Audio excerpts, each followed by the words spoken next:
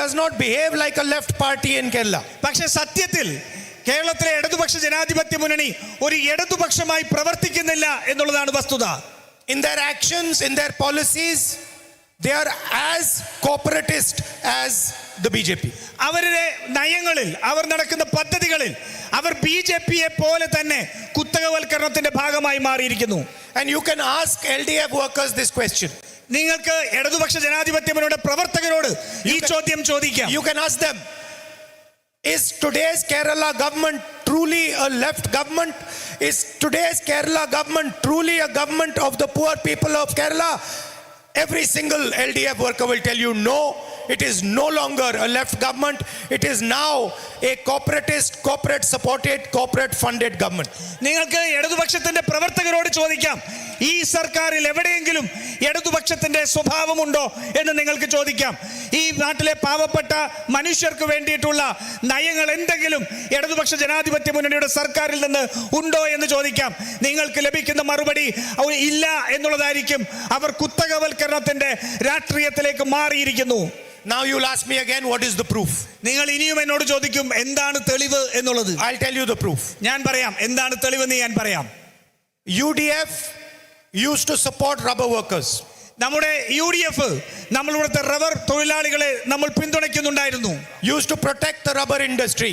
നമ്മൾ ഇവിടുത്തെ റബ്ബർ വ്യവസായത്തെ നമ്മൾ പിന്തുണച്ചിട്ടുണ്ട്. When they had difficult times, we used to give them compensation. അവർക്ക് ബുദ്ധിമുട്ടുണ്ടായ സമയമുണ്ടായിരുന്നപ്പോൾ നമ്മൾ അവർക്ക് നഷ്ടപരിഹാരം നൽകിയിട്ടുണ്ട്. The LDF refuses to compensate the rubber workers of Kerala. നമ്മൾ ഇവിടുത്തെ ഇടതുപക്ഷ ജനാധിപത്യ മുന്നണി കേരളത്തിലെ റബ്ബർ തൊഴിലാളികൾക്ക് ഉണ്ടായ നഷ്ടം പരിഹരിക്കാൻ നഷ്ടപരിഹാരം നൽകുന്നതിന് വിസമ്മതിക്കുകയാണ്. The left is about protecting workers from the market. ഇവിടെ ഇടതുപക്ഷം ഇവിടുത്തെ വ്യവസായത്തിലുള്ള തൊഴിലാളികളെ സംരക്ഷിക്കുന്നതിന് വേണ്ടിയാണ് ഇടത് എന്നുള്ളത്. But the LDF government in Kerala is not interested in protecting the workers, rubber industry from the market. They don't care. പക്ഷേ കേരളത്തിലെ ഇടതുപക്ഷ ജനാധിപത്യ മുന്നണി ആ മാർക്കറ്റിലുള്ള റബ്ബർ തൊഴിലാളികളെ സംരക്ഷിക്കുന്നതിന് വേണ്ടി തൽപരരല്ല. They are more than happy to have a relationship with big business, the same that Mr. Narendra Modi does. Narendra Modi എങ്ങനെയാണോ പ്രവർത്തിക്കുന്നത് അതുപോലത്തെ വലിയ വ്യവസായികളുമായി കുത്തകളുമായി ബന്ധം സ്ഥാപിക്കാനാണ് കേരളത്തിലെ ഇടതുപക്ഷം താല്പര്യപ്പെടുന്നത്. I have spoken in detail about how the Prime Minister has been compromised by Mr. Donald Trump. ഞാൻ പലപ്പോഴായിട്ട് യുഎസിന്റെ പ്രസിഡന്റ് ഡൊണാൾഡ് ട്രംപുമായിട്ട് എങ്ങനെയാണ് നരേന്ദ്രമോദി കീഴടങ്ങിയിരിക്കുന്നത് എന്ന് പറഞ്ഞിട്ടുണ്ട്. Everybody knows that there are 3.5 million files, Epstein files, that are still locked up. എല്ലാവർക്കും അറിയാം, ഏകദേശം 35 ലക്ഷത്തോളം Epstein ഫയലുകൾ ഇപ്പോഴും പുറത്തു വന്നിട്ടില്ല. And everybody knows whose name is in those Epstein files. എല്ലാവർക്കും അറിയാം ആ എപ്സ്റ്റീൻ ഫയലിനകത്ത് ആരുടെ പേരാണ് ഉള്ളത് എന്ന് എല്ലാവർക്കും അറിയാം. Donald Trump publicly humiliates the Prime Minister of India. Donald Trump ഇന്ത്യയുടെ പ്രധാനമന്ത്രിയെ പരസ്യമായി അധിക്ഷേപിക്കുകയാണ്. He publicly says that I can destroy Narendra Modi's career anytime I want. അദ്ദേഹം പരസ്യമായി പറയാണ്, ഞാൻ വായ തുറന്നാൽ നരേന്ദ്രമോദിയുടെ രാഷ്ട്രീയ ജീവിതം തകർക്കാൻ സാധിക്കും എന്ന്. He is absolutely right. അദ്ദേഹം ശരിയാണ്, യാഥാർത്ഥ്യമാണ് അദ്ദേഹം പറയുന്നത്. Because he understands that the entire finances of the BJP are linked to Mr. Adani. അത് സത്യവുമാണ്. കാരണം അദ്ദേഹത്തിന് അറിയാം, ഈ BJPയുടെ എല്ലാ ഫണ്ടും അവർക്ക് വരുന്ന പണത്തിന്റെ സ്രോതസ് മുഴുവൻ അദാനിയുമായി ബന്ധപ്പെട്ടാണ്.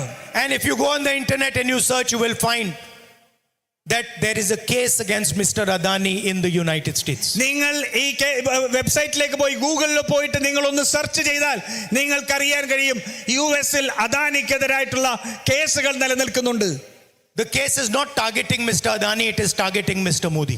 ആ കേസ് അദാനിയെ ലക്ഷ്യം വെച്ചുള്ളതല്ല, മറിച്ച് നരേന്ദ്രമോദിയെ ലക്ഷ്യം വെച്ചുള്ള കേസുകളാണ്. I don't know if you know this or not, but Mr. Adani cannot enter America. നിങ്ങൾക്ക് അറിയുമോ ഇല്ലയോ എന്ന് എനിക്കറിയാൻ പാടില്ല, പക്ഷേ അദാനിക്ക് അമേരിക്കക്കകത്ത് പ്രവേശിക്കാൻ കഴിയില്ല. He does not travel anymore like he used to.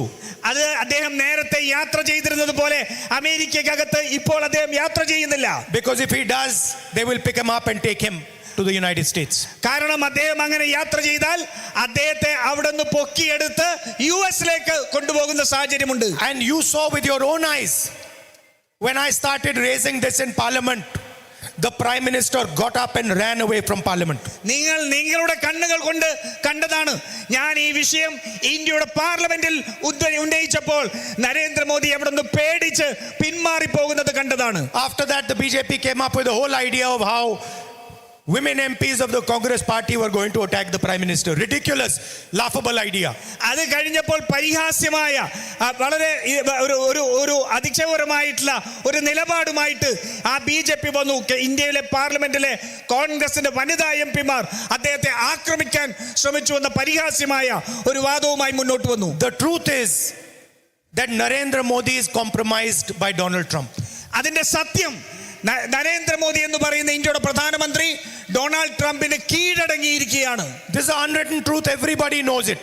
ഇത് എല്ലാവർക്കും മനസ്സിലാവുന്ന സത്യമാണ്. And the same way Donald Trump controls Narendra Modi